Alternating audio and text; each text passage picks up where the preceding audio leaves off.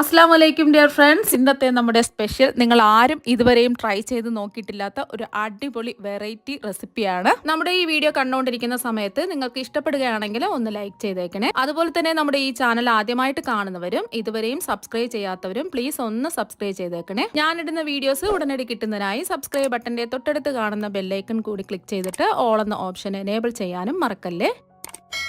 ആദ്യം തന്നെ ഇതിനായിട്ട് ഞാനിവിടെ പച്ചക്കായ 4 എടുത്തിട്ടുണ്ട്. പച്ചക്കായ എന്ന് പറയുമ്പോൾ ഇത് കറിക്കായാണ്. ബജിയൊക്കെ നമ്മൾ തയ്യാറാക്കാൻ വേണ്ടി എടുക്കുന്ന കായല്ലേ, ബജിക്കായ. ആ 4 കായാണ് എടുത്തിട്ടുള്ളത്. ഇതിന്റെ 2 അറ്റം ഒന്ന് കട്ട് ചെയ്തതിന് ശേഷം അതിന്റെ തൊലി ഒന്ന് പീല് ചെയ്ത് മാറ്റിയതിന് ശേഷം നിങ്ങൾക്ക് ഇഷ്ടമുള്ള ഷേപ്പിൽ കട്ട് ചെയ്തെടുക്കാം. റൗണ്ട് ആയിട്ട് വേണമെന്നുണ്ടെങ്കിൽ അങ്ങനെ കട്ട് ചെയ്യാം, സ്ക്വയർ പീസായിട്ട് അങ്ങനെ കട്ട് ചെയ്യാം, നീളത്തിൽ വേണമെന്നുണ്ടെങ്കിൽ അങ്ങനെ കട്ട് ചെയ്യാം. ഞാനിപ്പോൾ നീളത്തിൽ ഒന്ന് കട്ട് ചെയ്തെടുക്കുകയാണ്. കായയുടെ പുറത്തുള്ള തൊലിയെല്ലാം പീൽ ചെയ്ത് മാറ്റിയതിന് ശേഷം 2ആയിട്ട് കട്ട് ചെയ്തിട്ട് ഈ ഒരു കനത്തിൽ വേണം കട്ട് ചെയ്തെടുക്കാൻ. നീളത്തിൽ ചെറിയ ചെറിയ കഷ്ണങ്ങളായിട്ട് എങ്ങനെ വേണമെന്നുണ്ടെങ്കിൽ നിങ്ങൾക്ക് ഇഷ്ടമുള്ള ഷേപ്പിൽ കട്ട് ചെയ്തെടുക്കാവുന്നതാണ്. കട്ട് ചെയ്തതിന് ശേഷം ഇതിലൊരു കറയുണ്ട്, അപ്പോൾ അത് 2-3 വെള്ളം നല്ലതുപോലെ ഒന്ന് കഴുകുക. അതിന് ശേഷം പച്ചവെള്ളത്തിലിട്ട് വെച്ചിട്ടുണ്ട്. ഇനി ഇതിലെ വെള്ളമെല്ലാം ഒന്ന് മാറ്റി ഇതുപോലെ ഒന്ന് എടുക്കുക. അപ്പോൾ നമ്മൾ വെള്ളത്തിൽ നിന്നും മാറ്റിയെടുത്ത കറിക്കായ ഒന്ന് ഫ്രൈ ചെയ്തെടുക്കണം. അതിന് വേണ്ടിയിട്ട് കുറച്ച് വെളിച്ചെണ്ണ ഒരു കടായിൽ ചൂടാക്കാൻ വെച്ചിട്ടുണ്ട്. വെള്ളം മാറ്റിയതിന് ശേഷം ഇതിലേക്ക് അങ്ങ് ഇട്ട് കൊടുക്കുക. ഞാനിപ്പോൾ 2 ബാച്ചായിട്ടാണ് ഫ്രൈ ചെയ്തെടുക്കുന്നത്. കുറച്ചല്ലേ നമ്മൾ എണ്ണ എടുത്തിട്ടുള്ളൂ. ആദ്യത്തെ ഒരു ബാച്ച് കുറച്ചിട്ട് കൊടുത്ത് ഒന്ന് ഫ്രൈ ചെയ്തെടുക്കാം. ഒരുപാട് അങ്ങ് ഫ്രൈ ആയി വരേണ്ട ആവശ്യമൊന്നുമില്ല. ചിപ്സ് പോലെയൊക്കെ ഒരുപാട് ഫ്രൈ ചെയ്യേണ്ട ആവശ്യമൊന്നുമില്ല. ഇതിന്റെ ഉള്ളൊക്കെ ഒന്ന് വെന്ത് കിട്ടി നിറമൊക്കെ മാറി ഒന്ന് മൊരിഞ്ഞു വരണം. ടു മീഡിയം ഫ്ലെയിം വെച്ച് കൊടുക്കുക. ഫ്ലെയിം കൂട്ടി വെക്കുകയാണെന്നുണ്ടെങ്കിൽ ഇതിന്റെ പുറമൊക്കെ പെട്ടെന്ന് കളറൊക്കെ മാറി കരിഞ്ഞ് ഉള്ളൊന്നും വെന്ത് കിട്ടില്ല. ലോ ഫ്ലെയിമിൽ വെച്ചിട്ട് വേണം ഇതൊന്ന് ഫ്രൈ ചെയ്തെടുക്കാൻ. അപ്പോൾ ഒരു 1/4 ഭാഗത്തോളം റെഡിയായി കിട്ടിയിട്ടുണ്ട്. ഉള്ളൊക്കെ വെന്ത് ചെറുതായിട്ടൊന്ന് മൊരിഞ്ഞൊക്കെ വന്നിട്ടുണ്ട്. ഈ ഒരു സമയം ഒരു 1/4 ടീസ്പൂൺ മഞ്ഞൾപ്പൊടി ചേർത്ത് കൊടുക്കാം. ഉപ്പൊന്നും ചേർക്കേണ്ട ആവശ്യമില്ല, ചെറിയൊരു കളർ കിട്ടുന്നതിന് വേണ്ടിയിട്ടാണ്. അപ്പോൾ 2 മിനിറ്റും കൂടെ ഒന്ന് ഇതുപോലെ ഇളക്കി കൊടുക്കാം. ഇപ്പോൾ ഉള്ളൊക്കെ വെന്ത് നല്ലതുപോലെ മൊരിഞ്ഞ് കിട്ടിയിട്ടുണ്ട്. ഒരുപാടങ്ങ് നമ്മൾ ചിപ്സൊക്കെ തയ്യാറാക്കുന്നത് പോലെ അങ്ങ് ക്രിസ്പി ആയി പോവരുത്. ഈ ഒരു രീതിക്ക് ഒന്ന് മൊരിഞ്ഞ് കിട്ടിയാൽ മാത്രം മതി. ഇനി നമുക്ക് എണ്ണയിൽ നിന്ന് അങ്ങ് കോരി മാറ്റാം. അപ്പോൾ എണ്ണയിൽ നിന്ന് കോരി മാറ്റിയിട്ടുണ്ട്. ബാക്കിയിരിക്കുന്നതും ഇതുപോലെ തന്നെ നമുക്ക് ഫ്രൈ ചെയ്തെടുക്കാം.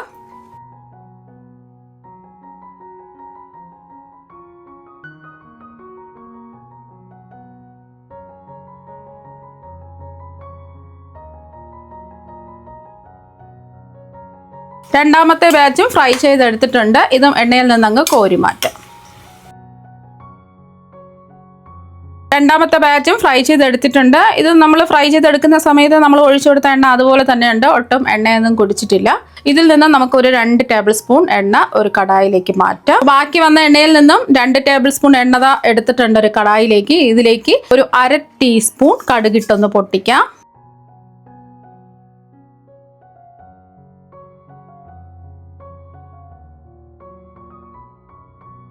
അപ്പോൾ കടുകെല്ലാം ഒന്ന് പൊട്ടിയതിന് ശേഷം ഒരു 1/2 ടീസ്പൂൺ പെരുംജീരകം, വലിയ ജീരകമാണ്, അത് ചേർത്ത് കൊടുക്കുക.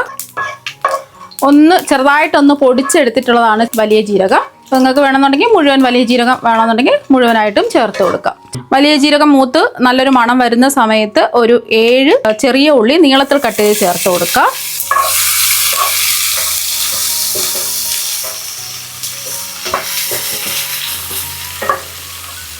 ഒന്ന് ഇളക്കി കൊടുത്തതിന് ശേഷം ഇതിലേക്ക് ഒരു സവാള പൊടിയായിട്ട് കട്ട് ചെയ്തെടുത്തതാണ്.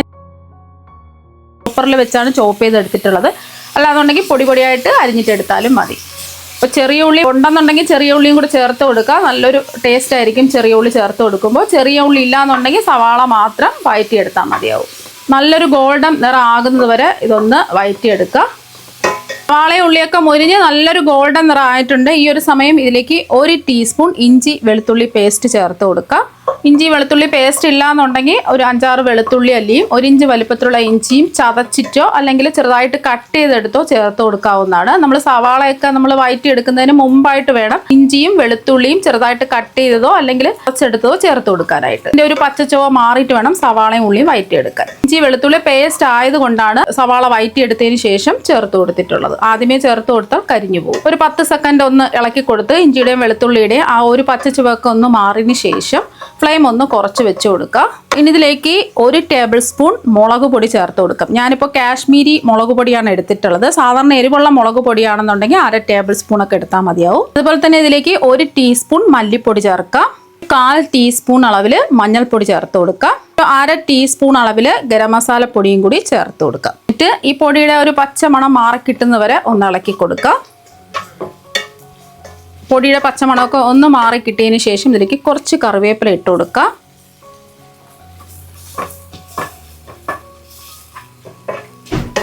ഒന്ന് ഇളക്കി കൊടുത്തതിന് ശേഷം ഇതിലേക്ക് ആവശ്യത്തിനുള്ള വെള്ളം ഒഴിച്ചു കൊടുക്കാം. ഞാനിപ്പോൾ 1 കപ്പ് വെള്ളം ഒഴിച്ചു കൊടുക്കുകയാണേ. നമ്മൾ ഇതുവരേക്കും ഉപ്പൊന്നും ചേർത്തിട്ടില്ല. കായ ഫ്രൈ ചെയ്തെടുത്തപ്പോഴും ഉപ്പ് ചേർത്തിട്ടില്ല. ഇതിനാവശ്യമായ ഉപ്പ് ചേർത്ത് കൊടുക്കുക. 1 ടീസ്പൂൺ ഉപ്പാണ് ചേർത്ത് കൊടുക്കുന്നത്. ഉപ്പ് നോക്കിയിട്ട് കുറവുണ്ടെന്നുണ്ടെങ്കിൽ ആവശ്യത്തിനുള്ള ഉപ്പ് ചേർത്ത് കൊടുക്കുക. ഫ്ലെയിം ഒന്ന് മീഡിയത്തിൽ വെച്ചിട്ട് ഇത് ജസ്റ്റ് ചെറുതായിട്ടൊന്ന് കുറുകി വരണം.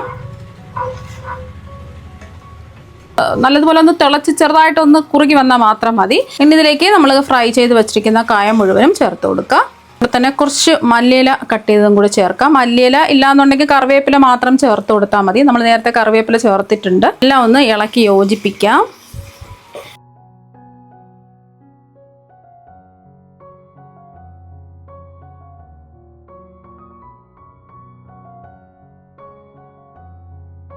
അപ്പോൾ എല്ലാം ഒന്ന് ഇളക്കി യോജിപ്പിച്ചെടുത്തതിന് ശേഷം ഫ്ലെയിം ഒന്ന് കുറച്ച് വെച്ച് കൊടുക്കുക. ഒരു 3-4 മിനിറ്റ് അടച്ച് വെച്ച് ഒന്ന് കുക്ക് ചെയ്തെടുക്കണം.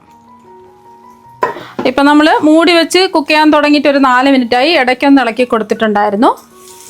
ഇനി ലാസ്റ്റിൽ കുറച്ച് നാരങ്ങ നീര് പിഴിഞ്ഞൊഴിച്ച് കൊടുക്കാം. 1 ടീസ്പൂണൊക്കെ നാരങ്ങ നീര് ഒഴിച്ചു കൊടുത്താൽ മതി. എല്ലാം കൂടി ഒന്ന് ഇളക്കി യോജിപ്പിക്കാം.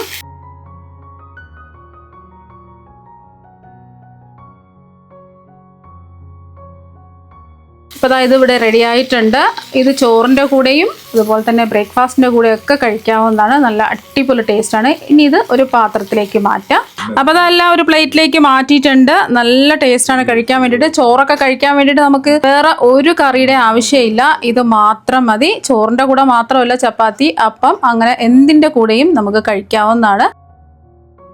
അപ്പം നിങ്ങൾ എന്തായാലും ഈ കറിക്കായ വെച്ചിട്ട് ഇതുപോലെ ഒരു പ്രാവശ്യം ഒന്ന് ട്രൈ ചെയ്ത് നോക്കുക. തീർച്ചയായും നിങ്ങൾക്ക് എല്ലാവർക്കും ഒരുപാട് ഇഷ്ടമാകും. അപ്പം നമുക്ക് മറ്റൊരു വെറൈറ്റി വീഡിയോ ആയിട്ട് വീണ്ടും കാണാം. താങ്ക്